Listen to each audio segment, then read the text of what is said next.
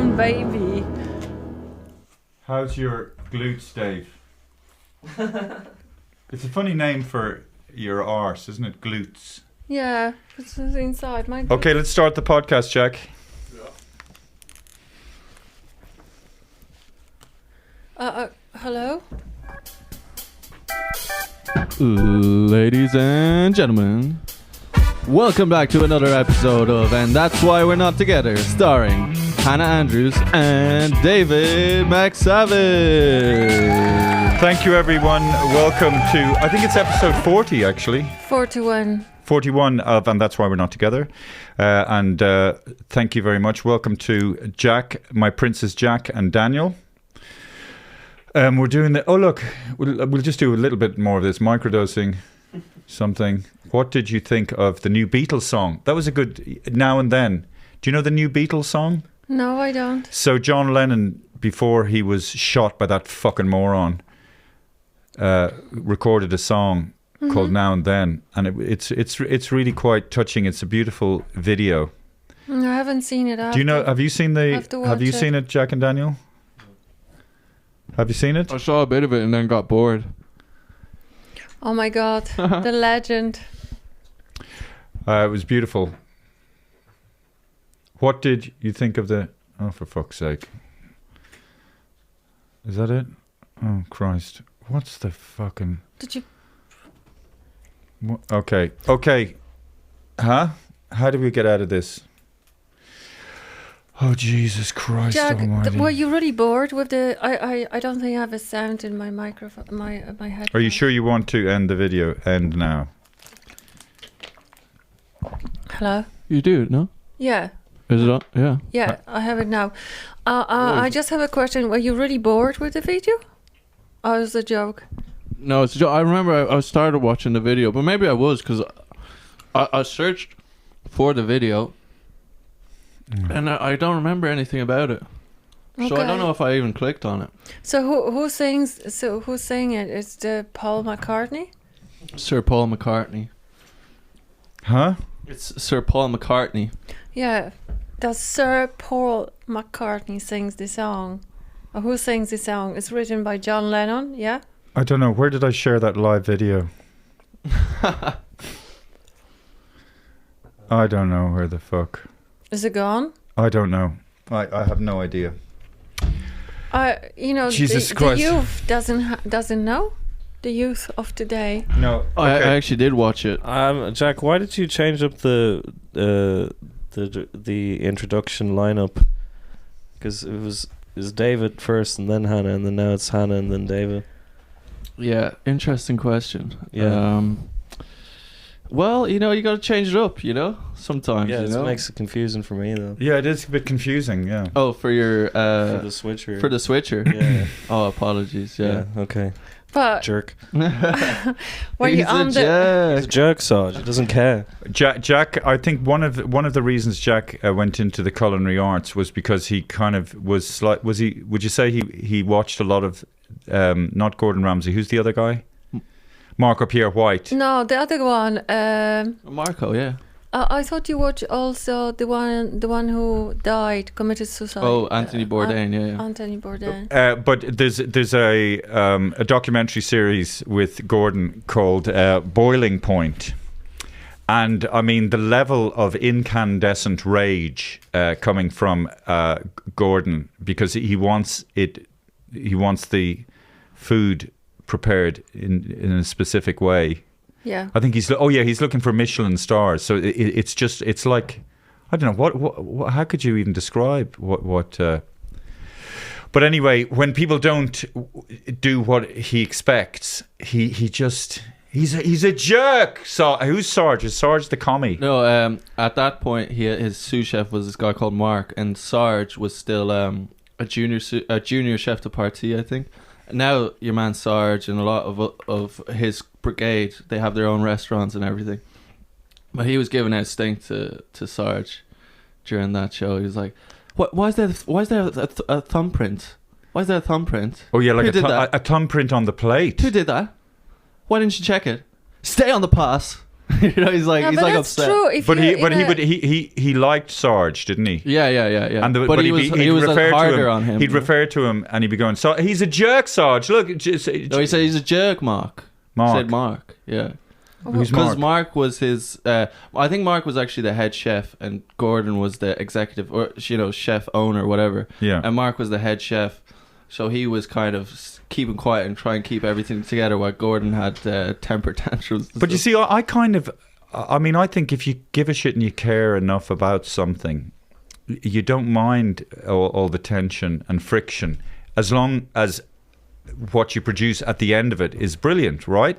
Okay, and But everybody, I think, but everybody has to agree that they are on board with all that confrontation. Yeah, and also they but have some to people be do well not. compensated. If you treat Well, your no. staff well, pay them well. No, well, they're not. They're not well compensated though at that level. You know, when they're starting off. labor to wage rate is like the amount of work you put in. You know. Yeah, But- I just but think in- they in have to be well kitchens. Yeah, paid. but the margins for restaurants are really slim. Like, there's some statistics that 60% of restaurants close within the first year because the margins are so thin. You got so many regulations to adhere to, and if you don't follow them, you can get closed down. You get a bad reputation, rightfully so, because you don't want to kill people with your food. So that's why, I mean, if you see the restaurants that are popular in Dublin, like what restaurants thrive, it's usually it's generally not too sophisticated, is it? yeah, probably. Like that place, Uno Mas- Uno that Mas place really Doolally seems Doolally, which is on Camden Street, Indian restaurant. It seems to always be full, doing It's a got- roaring trade because it's sort of simple. The same Is with it pickle. simple? Well, isn't it simple? I love the ambience, and I love Of that where? you love Doolally. Well, but I don't- can't eat it because it's got so much garlic. It's so many spices. It's just Well, to me, overwhelming. it's I'm a bit on the can't spectrum. I either. find it a bit noisy, but actually, no. Do you know what it is? Actually, I'll tell you about Doolally.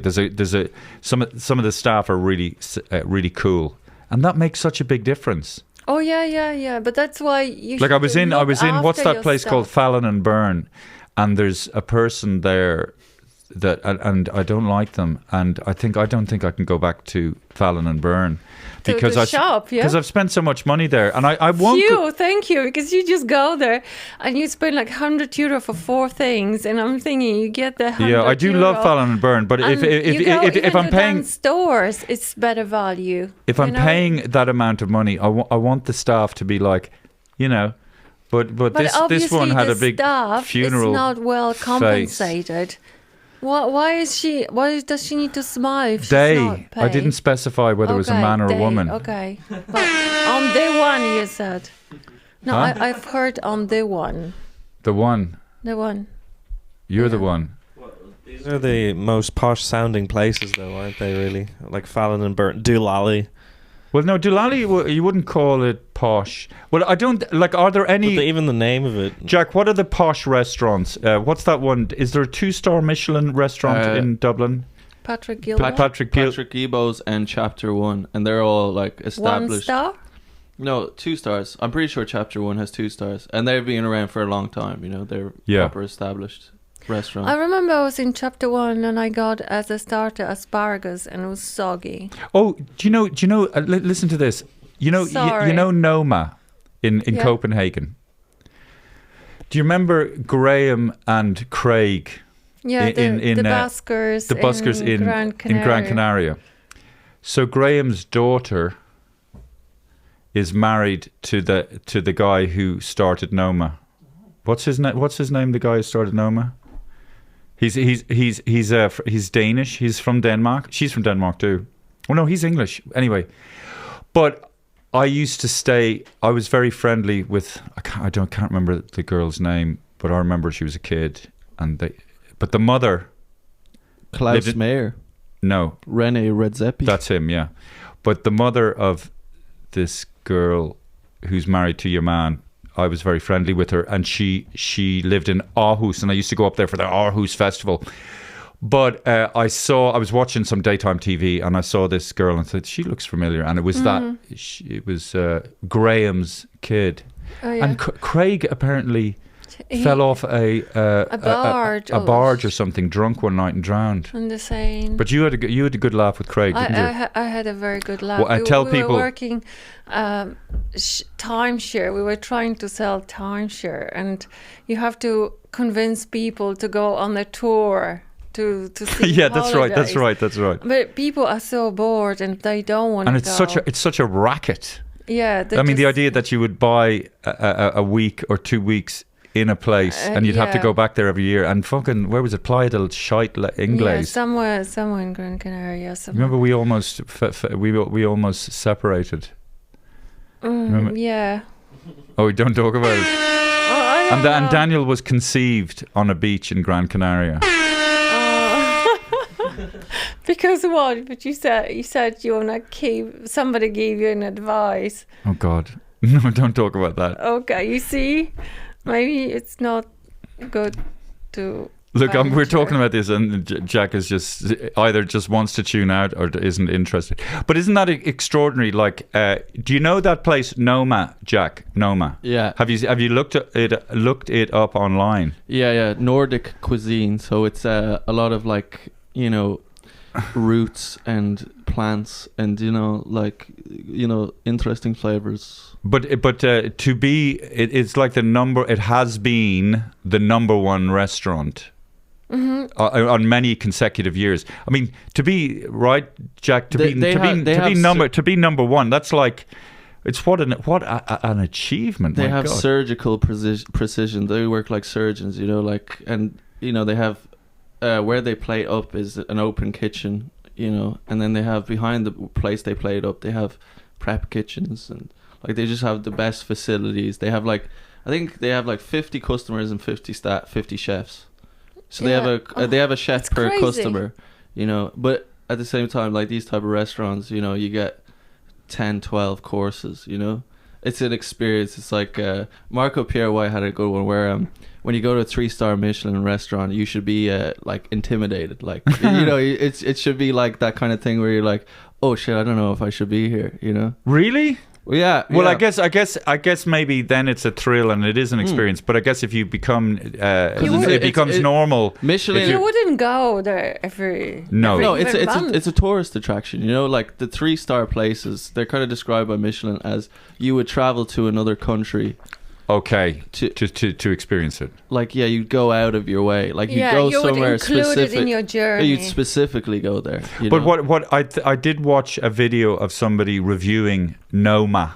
And other types of restaurants. There's another one in Spain which is kind of on that level. Yeah. Can't remember the name There's of it. few we watched. Jack, like there's the, some the- there's some Netflix things. But so there's many levels to the experience. One is the local ingredients and the local ingredients and the fact that they're whatever the ingredients, they're in season. Yeah. And then the imaginative way they present it to you, and they kind of have combinations of not only flavors but textures, right? Yeah. I mean, yeah, textures, flavors. The presentation is huge. Just like the slickness of the service. The service is a massive thing for Michelin. You know, like when you're Everybody- when you're in a isn't 3-star it- Michelin yeah. restaurant, everyone gets to plate at the exact same time. So you know, it's kind of like a dance. You know, where the plate's Okay. coming in, the plate's It's a coming out. ballet. Yeah. There's a very good YouTube channel called Alexander the Guest. Like, Oh, I know Alexander. the guy, yeah. And- And he has a very sort of exacting type of voice. But it's cool because he goes to Yeah. because he runs a 1-star Michelin restaurant. He's not a chef, but he runs a 1-star in Hungary, and he goes around the world, around Europe predominantly, and trying out 3-star restaurants and giving very honest reviews. Like, he was at this one place called Sketch in London, and I believe it's a 3-star. And like, it's incredible. Like, you go in and you go in and it's a very normal place, and then they open the doors and they swing open and it's like you're transported like to some cabaret, you know, in Okay. the 50s, and it's all like going on exciting. And it's 3-star, Jack. It's 3 stars, But he had a really bad time there, you know. He said, because at one point he was left for 1 hour without any drink Jack, that or can't. food. Don't tell me that's. Can you check to see if that is 3 stars? Sketch, yeah. I'm I pretty can't. sure. I can't believe it's 3 stars. It doesn't sound like the kind of venue that would be 3 stars. But remember, we went to that restaurant. Was it a Michelin star? It wasn't. In London. Me. Me and you, and we had a tasting menu. Was it just me? Japanese. Was it just me and you? Yeah. Japanese place. Oh. What was it called? Oh, I know the place you're talking about. What was it called? It's Robert De Niro's place. Jack, what's that restaurant? Nobu. Nobu. Actually, Sketch has 5 eateries, Yeah. including 3 restaurants in the building: the parlor, the lecture room, and the library. The Glades, the gallery, and the East Bar and Pods. The lecture room and library holds 3 Michelin stars. So they actually got like different Oh. rooms, you know. Okay. It's kind of strange. But he went to the 3-star place, the 3-star room, and he was waiting without food or drink for an hour. Okay. In between, so he had like 2 courses and had to wait for an hour. So I'll tell you something, Jack. We're not going to Sketch. Yeah, no. No, I'm not gonna wait for an hour for food or drink. But it is incredible. Yeah. These the level, the attention to detail, the exactness of the ingredients, the presentation, and the food cooked. You know, if it's fish, it's sort of. It's, you know, as it's arriving to your table, it's just been cooked to the. It's still winking to you, the fish. But I guess. But It's, you know, like I just want to say, me and Jack, we watched that program about Michelin star restaurants, and it was one Spanish. It was like a family-run enterprise. So they actually employ local artists to collaborate just to create this sort of special dishes. I mean, not dishes as you know. they like, sort of combine art with food. so Yes. It's like completely different experience. It's not only for the Well, I remember but for seeing the it. eyes and for I remember seeing a Netflix thing that some guy in Spain, Jack. I guess it was a 3 Michelin. It was a family, right? I don't know if it was a family, but basically, they dropped a plate and it split into, and so now so they used this So accident It was we've a lemon seen it. tart. It was a lemon tart that they dropped accidentally, and it's and like, and then yeah. became. Yeah. we've seen the same one. I've seen this as well. That they What was it? What's that? It's What's 3 brothers that run it. yes, what's it yes. called? And it was their parents started it. and then they almost have like a trees in the eatery in the room. And there's one place, a street food place, which was the only. I think it's in Hong Kong, which is the only street. No, it is in Bangkok, Oh, in Thailand. we should book it. We should, because we were going. You can't book. You just have to go. It's a street. That's why it's called street. You have to go and queue. It's got 1 Michelin star. It's a El Celler de Can Roca. Oh, no, the Roca brothers. No, that's Yeah. not the place I'm thinking of. I think it is. That's, you know. Mm-hmm. No, Mm. no. Kind of water. What you say, Jack? I just need water. Need water. Just 2 seconds. I just want to get. I want to get a charge. Get the glass. Are we pausing? Did you give some of that to Daniel? Yeah. Just paracetamol. Well, you got to keep that. Huh? Where Just you give going? him the glass because we want. Could you get the glass? Where are you going, Jack? No, I'm just going to. What? He needs a glass. Where are you going? Let's get him a glass. Where he doesn't need a glass. Just Because let he's him- sick. I can put it in the bottle. I'll put it in the bottle. Okay, Jack, sit down. Because we can get all sick. Give me the glass because I need the water as well. Just drink it from the bottle. We're drinking from the bottle. Do we pause? Well, no, we're still.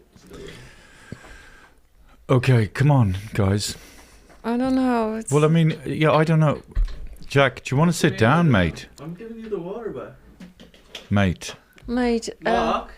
Mark. And how I remember Gordon Ramsay. You know when he goes round to places and fix them. That is very watchable. You know when he Yeah, but when he apparently- expose. Apparently, I don't know. It's not as transparent as it seems, and I don't know what percentage of the restaurants that he goes and sort of revamps them go on to be successful, Jack. Because you can't revamp some things, you know. Some things are doomed, and you know it's like restyling people. Oh, there was Susanna.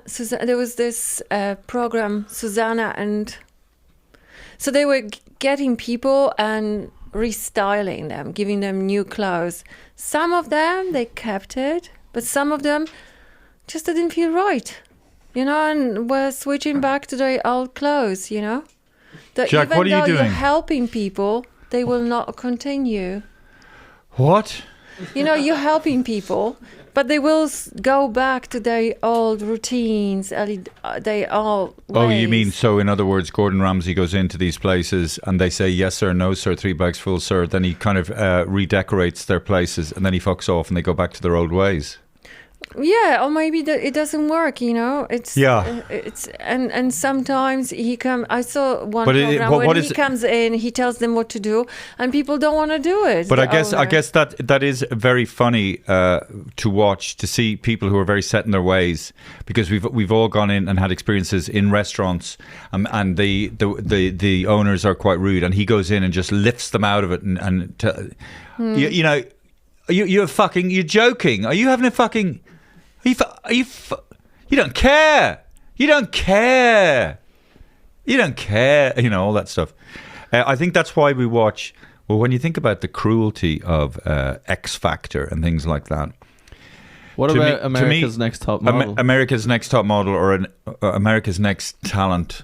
Listen, what I'm trying to say is, these producers of these shows pick these fucking idiots, these people who want to do auditions, and they know that they're a load of rubbish. But not only that they're almost delusional to the point of almost psychosis. It's a good television. But to me, it's like a modern version of it in Victorian times, when people would go into insane asylums and, you know, just look at people who were very mentally unwell for entertainment or sport. So, you know, you walk X Factor. Hello, my name's Simon. What's his name? Simon Cowell. Simon Cowell. Yes. And what are you going to do? I'm going to sing now. All right. And do you think you have the X Factor? Bloody right, I do. And you know, but some of them can sing, and they do it really well. So they have a mixture of stuff. Jack. I don't know. Jack, what are you doing? And listen, Jack. Apparently. Sorry, chef. Yeah, but what are you doing actually, Jack? What do you mean? What am I doing? What are you fiddling around? Stop looking at me. Stop looking at him. Concentrate, you know? Say something funny or interesting. I was trying to, but you take my breath away, because you're just like, I'm talking about X Factor and comparing it to Victorians going into asylums looking at mental people, and that's our version of it today. How Victorians, they wouldn't go to asylum. They did, Hannah. Yeah, they'd go down to the local like asylum. A circus. Yeah, so Richard, shall we go to the Bedlam and look at? What's this? Okay, look, let's do Insane Asylum X Factor. Hello, I'm Simon Cowell. Hannah, hello. Hello. What's your name? Hannah. Hannah, where are you from? I live in Ireland. And what do you do? What are you going to do for us? I'm going to sing. You're going to sing for us, right? Do you have the X Factor? Of course I do. And what are you going to sing? Stars Shining, go on. Stars Shining. Okay. What's okay, the title? X Factor, go on. Go. Star Shining. Oh God. That was the worst audition I've ever seen. Really, you should never try and sing. Ha ha ha. Look at it. And so what you're doing is you're looking at people walking on stage, believing that they're good at something, and then their dreams collapsing in on themselves like a house of cards. I mean, so what if these people walk around with delusion? Oh, maybe it's good that they're confronted with their inability to sing. They don't think about it. They think about how many people would tune in, so they only Who think do? about the producers. I know, but I'm just saying there And is a they cruelty. would- they There would- is a yeah. cruelty there. But again, it is very watchable. It's nice That's to what I'm watch. saying. Nice. It's. I mean, I have a cruel streak in in me. It is enjoyable to watch people who think they're brilliant. Make me a hinge. Oh my God. Who said it? Make me a hand? Don't. Okay. What? So there we go. There we have it. How long? Ladies and gentlemen, here we go. No? Oh no, we did it because I wanted to say something. Hannah about Andrews, and that's why we're not laughing. And I'm brilliant. And I've got an X factor. So I was just thinking the relationships are really difficult, and also intimacy and the relationships are extremely difficult. So, you know, when you start making out, and then all of a sudden, you know, kissing, you're going on and on and on with a man, and then all of a sudden, you start noticing that there's no action going on, and the thing is flaccid, and you just look at, you know, at the guy and saying like, what's going on, and he would say, oh, don't worry, it's not your fault. And I'm just like, not my fault? Of course it's not my fault. It's you. It's all you and what you've been doing and eating shit food, watching porn all your life. So, so it's quite difficult.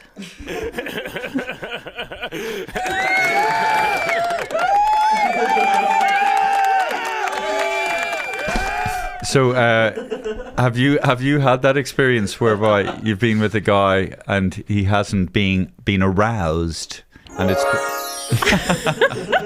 yeah, and the funny I didn't, and the funny thing is just like they want to make you, you know, they instead of consoling themselves, they want to console you.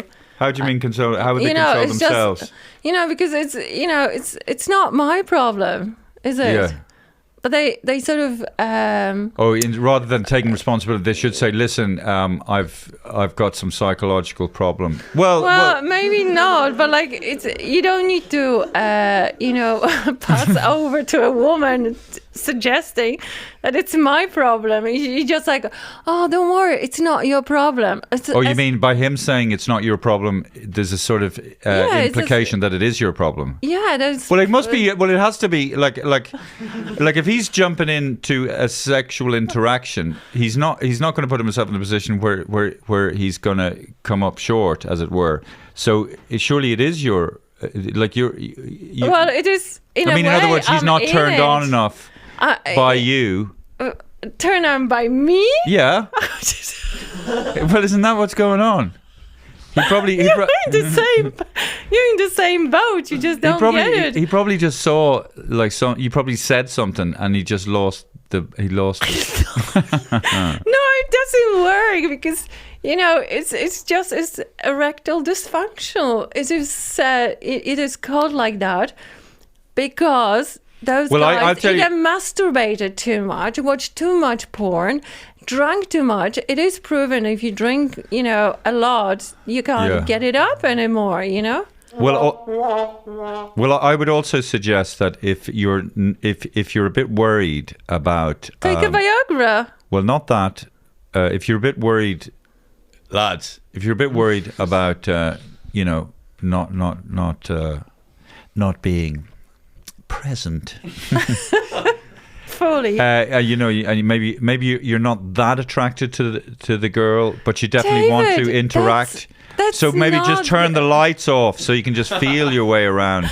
And David, it's not like that. It's not as simple. Just think of an actress that you really like. Yeah. Yes. But it's still not working, probably. That's not the point. Close your eyes and think of Great Britain.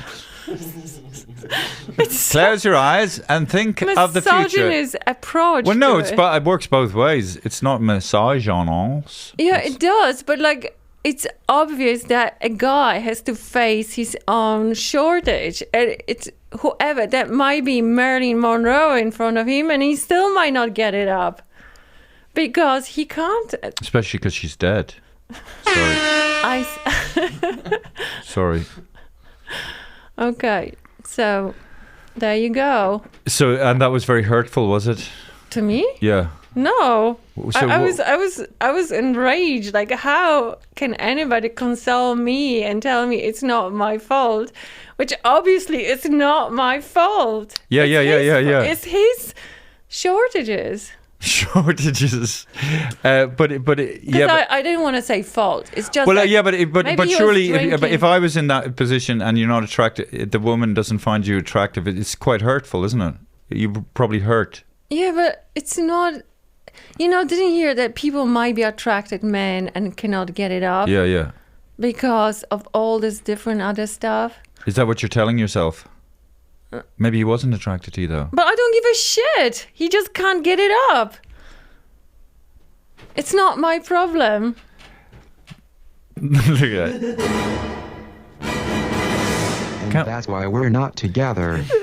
This is like. It's just remember, like you were showing. Oh you know, wait! She's not talking about me, is she?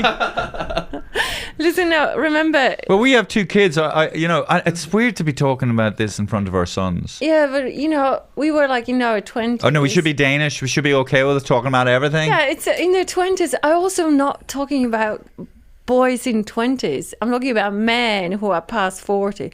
Although I was with the guy who was 35 and he couldn't do it because he's an alcoholic as well.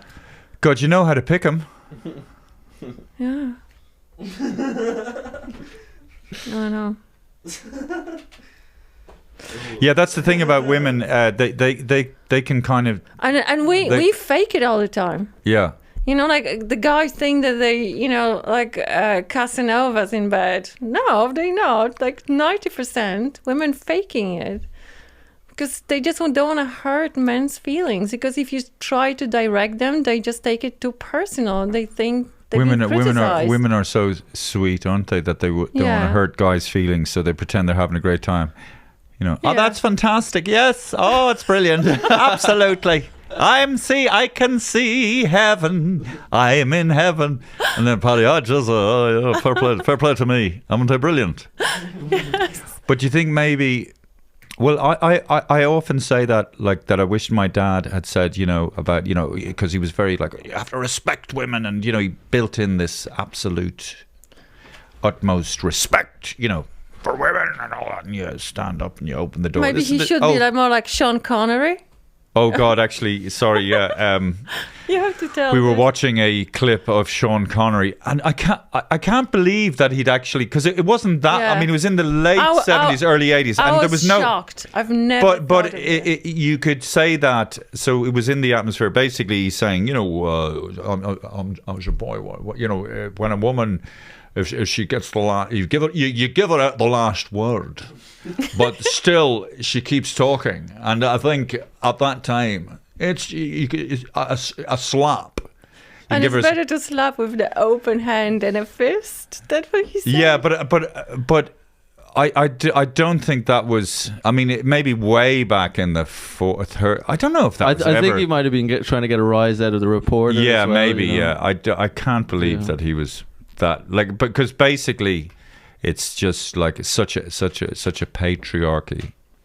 But it's not You even know. patriarchy. It's misogynist. Yes. It's like, remember, I was watching this I was telling you, watching this Sometimes documentary. I never normally strike a woman, but if all else fails and you can't get your point across. Yes. Jesus, go on. No, there was this documentary about this Afghan man who had like 12 wives Yeah. and 100 children. He would take them on the buses to the sea to have holidays or like the day off. And that's what he was saying. I love all my wives and I rotated them. But if one gets out of line, he said, I don't hit them. But if one gets out of line, I smack her. Yeah. I love that song because it shows like some rural dude who's never seen a helicopter, and then sort of makes up a sort of traditional, oh, the helicopter. It'd be the Irish version of that, Oh, they. because a helicopter, I mean, it is a fucking amazing thing. Oh yeah. Look at a helicopter. Like, what is it? If you've never seen it, As a jet plane, it's amazing as well. yeah. But I mean, like a helicopter, I don't know how to make I it. think gliders are really amazing as well. Helicopter. But it's true because helicopter can land almost anywhere and raise and go into air. As a plane needs a lot I of- normally only if she steps out of line. Yeah, it was fun. Like he said, I warned her once. I warned her twice. And if she still doesn't understand, then smacking She still herself, doesn't understand. Yeah. then I smack He's her. not the brightest fellow, No. Sean Connery. I mean, they're very outdated, those old Bond movies. Yeah, But I suppose people do look back at them nostalgically, Yeah. because it was a different time, and you can't use But today's moralities or ethics. Sean Connery never ever changed. But it must have been accent. such a fucking nightmare to be a woman back in the 60s or the 50s, and you were a feminist, and you knew how unfair and totally unequal everything was, and be driven fucking demented by the entitlement and sense of superiority of men. Yes, It would have driven you bonkers. That's true. That's true. That's why women started burning bras and It's funny. I was hanging out with Deborah there the other day, and we went into this shop. She was getting some perfume or something or whatever, and the shop was full of women, and it was like I'd never be in a shop like that. I was just and standing around and feeling very like I shouldn't be there, intimidated. out of place. But this was a female's place, and but it's just this there's just this huge market that companies have that women Like a makeup. yeah makeup and creams, and you just see the women, they're just like they're so they're so focused. They just walk around shops and they're just looking at stuff. I hadn't seen, and they're all and it's packed with all these women, and they probably couldn't even see me. They were so focused on trying to get that thing, whatever it is, that cream or that or whatever. Yeah, that intimidated feeling you felt in the shop was like what you're meant to feel in a Michelin star restaurant. I think. Yeah. Yeah. But like that whole that swathe of society is kind of so unknown to me. I don't know what it's. I don't know. Like a lot of the people that follow me, they're men. Most of them. Like they can't. Women can't see me, mostly. Oh, okay. Like like I'm like the way like that shop. Yes. Like if I'm a product, I'd not be in that shop. I'm in a. No, you'd be discarded. I'd be. You'd be like I'm in mistake. a like a hardware store. Yeah, Like you're a that's what I mistake. am, and so men see me. Oh look, yeah, and then women just they can't even see me. Like I'm in that shop, but they still couldn't see me. Yeah.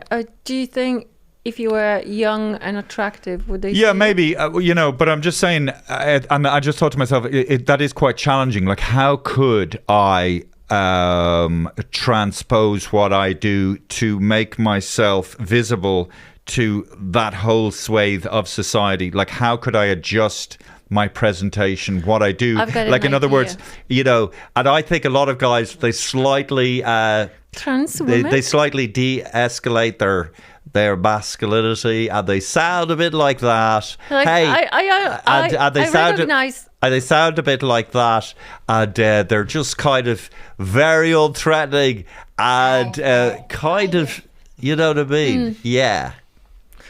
I think like ultimately, men succeeded to outrun women in the sense that like they would say a man cannot have children, but nowadays they can achieve it Huh? because trans women Okay. they Trans they- trans woman, no trans men trans man. so women becoming a man, so it's Yeah, a yeah. man Trans man. not just trans men. Yeah. But he keeps his reproductive organs from before. Right. So he can get pregnant Right. and give birth. Yes. Isn't that ingenious on the men's side? What I heard somebody say that. Oh, do you know something? And- do you know something? and Yeah, like- I heard somebody say that a trans woman. Oh, listen. Do you know something? Fucking leave it alone because no. What I'm just trying to say, it's too landminey. Like I've got loads of stuff to say about it, but it's like I feel like I'm living in North Korea and I want to say something about our dear leader, and if it's anything critical, see ya. It's like being in Russia. Comparing your struggle to North Koreans? I don't know. I'm just saying that whatever you can't criticize, it's just still a bit of a hot button topic. That all that the whole gender so look, But individually we I wish live- everyone fucking well, even people Of I don't course, but like. what I'm God saying love them. is- We're citizens first, human beings first, citizens. Love, I respect whatever, man. It's none of my fucking business. Of course, but And I used to- anybody who's hassling people because of, Of course not. We fuck just off. having a discussion, a talk. Yeah, but it's kind of like do you know, it's like, the north of Ireland. When the first went to Northern Ireland, and it's so small, it's and it gets way too much attention, obviously because of what was happening. But really, it's such a small place, and there's so few people involved in being this or trans or this. It's just kind of, I think maybe just can you not just just leave all that alone or something? What? Yeah, but Like, it's like- you it's can't like- pretend that it doesn't exist. But what do you want to say about it? No, what I Or you just want to wanted play? is- I think just playing around with the whole idea of it. What I just wanted to say that when I was learning biology in primary school, Yeah. I learned that a woman can get pregnant, give birth, a man just gives the semen, but nowadays everything is possible. A man can actually give birth to a child. Isn't it incredible? The times My we're name is living Sean in? Connery, and I'm pregnant. That's it. I am pregnant. I am double O Bond. Pregnant. Bond. That would be incredible. What, actually. pregnant, Pregnant. trans Bond. It should be. Yeah. They shouldn't mess around with all that. Yeah. But it's funny. So you can be a woman with a penis, and then you could go out with a girl, and you're a woman, and then you could say to a lesbian, "I'm a woman," and the lesbian say, "Oh, you got a penis. Fuck you. I'm a woman," and the lesbian would have to fuck the woman with the penis. Yeah. Why? I Not didn't enough people watch it, offend- I didn't. Oh yeah, and that's the offend- other thing. People going on about, I don't care. I'm still figuring this out. We've still got Because lots of. David doesn't want to graduate, and he didn't Go on, figure Jack. out how to. We love doing this. Were you talking about Bill Cosby just then? Yeah. Yeah. Did you ever see? There's an episode of the Bill Cosby show. That was the sitcom, right? Mm-hmm. And We used to watch it. I used to love Yeah, it. it was very good. And there's an episode where where he's kind of like the nice father figure, and his daughters weren't getting along with their husbands, so they brought them all for dinner, and he just slipped a little happy pill in the food. No. Yeah, and he slipped a little bit of a happy pill in the food, and it made them really like promiscuous with each other and all lovey-dovey, and so. Promiscuous with the. I mean, about flirty. it made them all like it was an ecstasy pill or something. The exact mechanics of it aren't important, but the fact that he put because that was his thing. That was his thing. Hey, how long have we been recording, Jack? Daniel? For 46 minutes. Feels. Feels longer. Feels longer. Do you have some Nicolas Cage news? Yeah. Sure. A, B, C, D, E, F, G, H, I, J, K, L, M, N, O, P. Some trivia about Nicolas Cage. Nothing trivial about Nicolas Cage. Okay, well, he was being interviewed for his new movie Dream Scenario, where he appears in everybody's dream. Oh, yeah. Yeah. But he's also stated that he didn't get into movies to become a meme. You know, like those pictures on the internet where they're taken out of context and stuff's written on them, you know. Well, can I say, Daniel? And yeah. So he's gone on. He says, "Hang on, let me just find it." So yeah. So now he says everyone has the ability to become famous now. You're the guy who tripped in the supermarket and someone filmed it, or the woman on the plane who has a meltdown and now you're the airplane meltdown woman.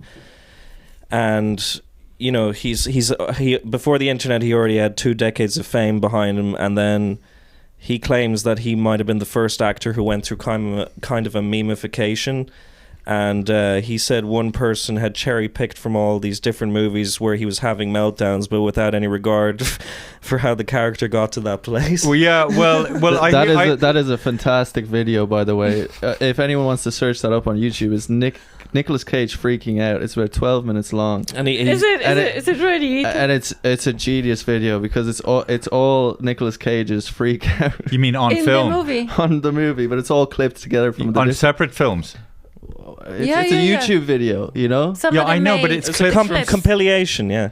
A compilation? Le compilation. Compilation. Compilation. It's a compilation. Compilation, man. It's a compilation of all. Oh, yes. So he reckons. But look, this is. And he also says, I was frustrated because I didn't know what people were taking from the movies other than that.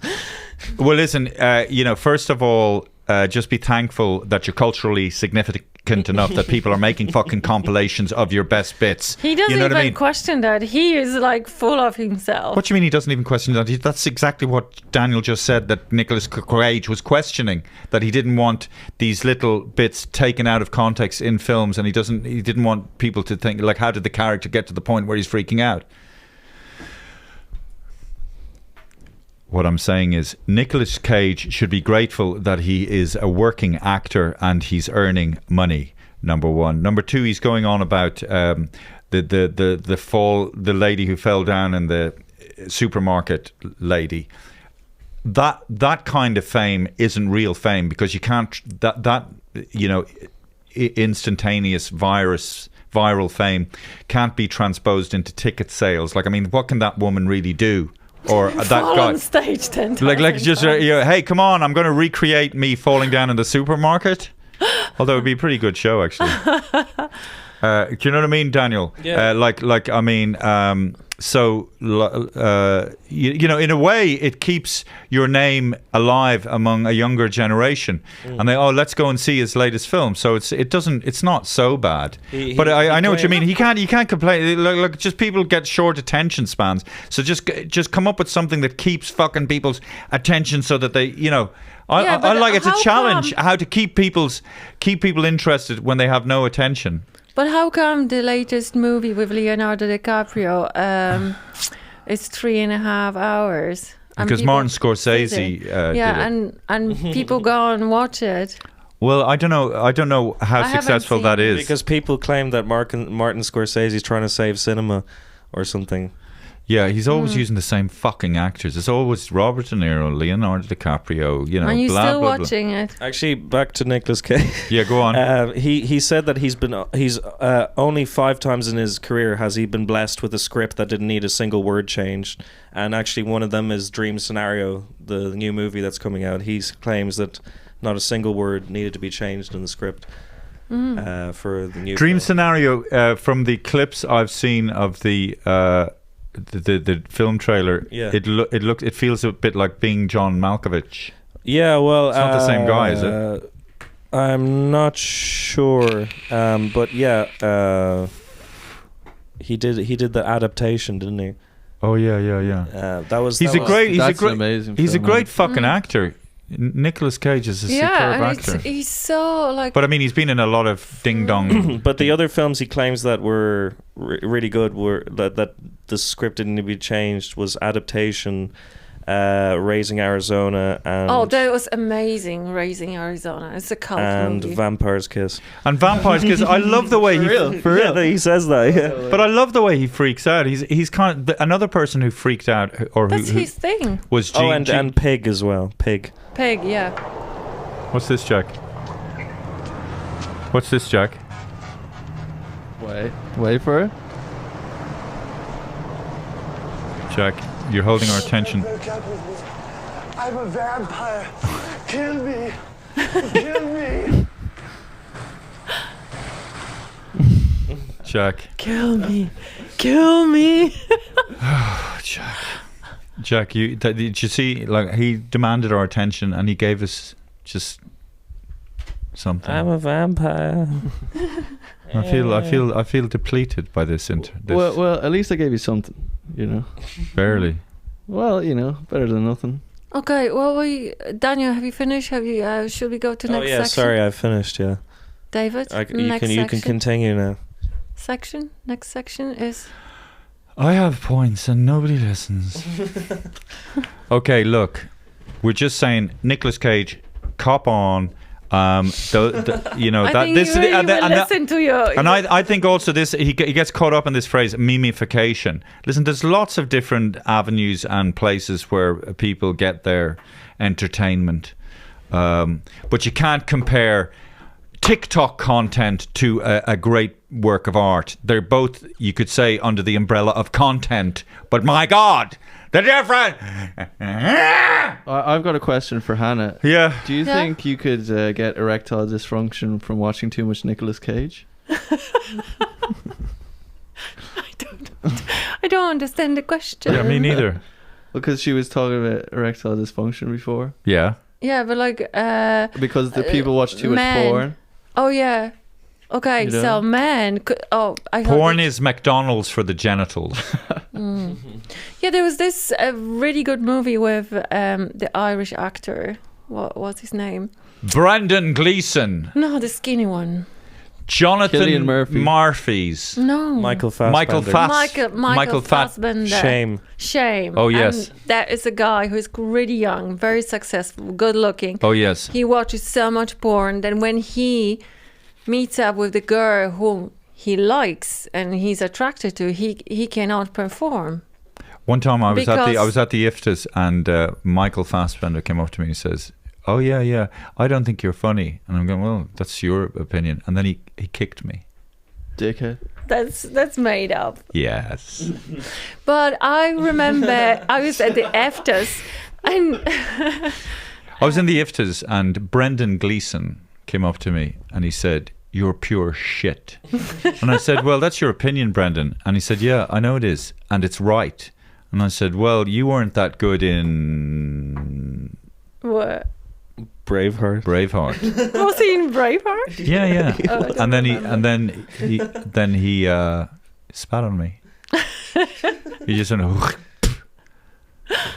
But I remember meeting Jeremy Irons. Yes. Jeremy Irons. And Where did you meet Jeremy Irons? During the EFTAs. We were outside. He was smoking. Oh, yes. Oh, that's right. And then he was standing next to me, and I'm just like blown away. He's quite skinny, actually. Yeah.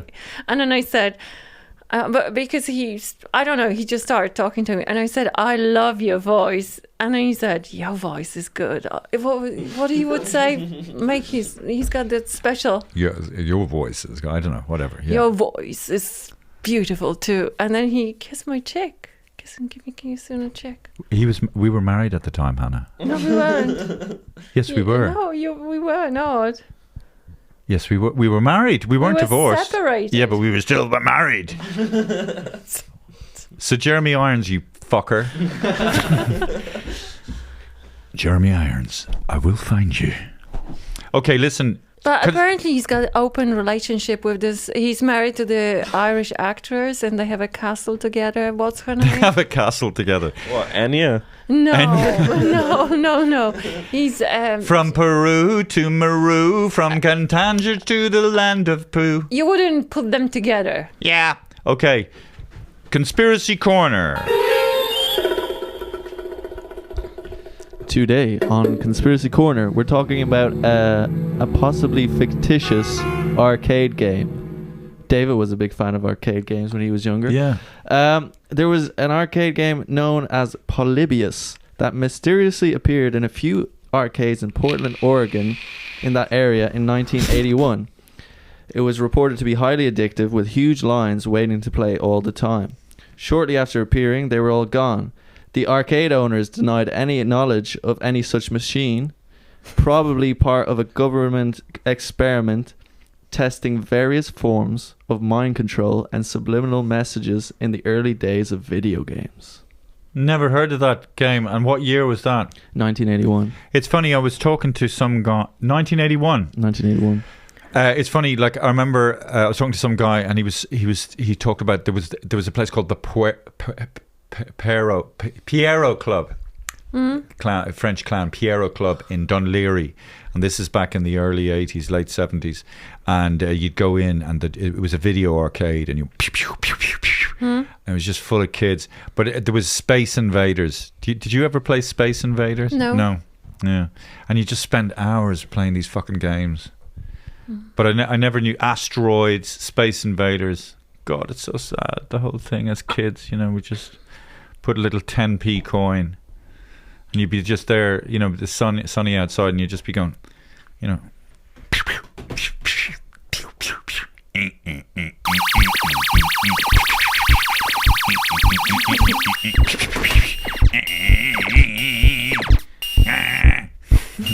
And then one time my dad caught me coming out of the Pierrot Club when I was supposed to be at school.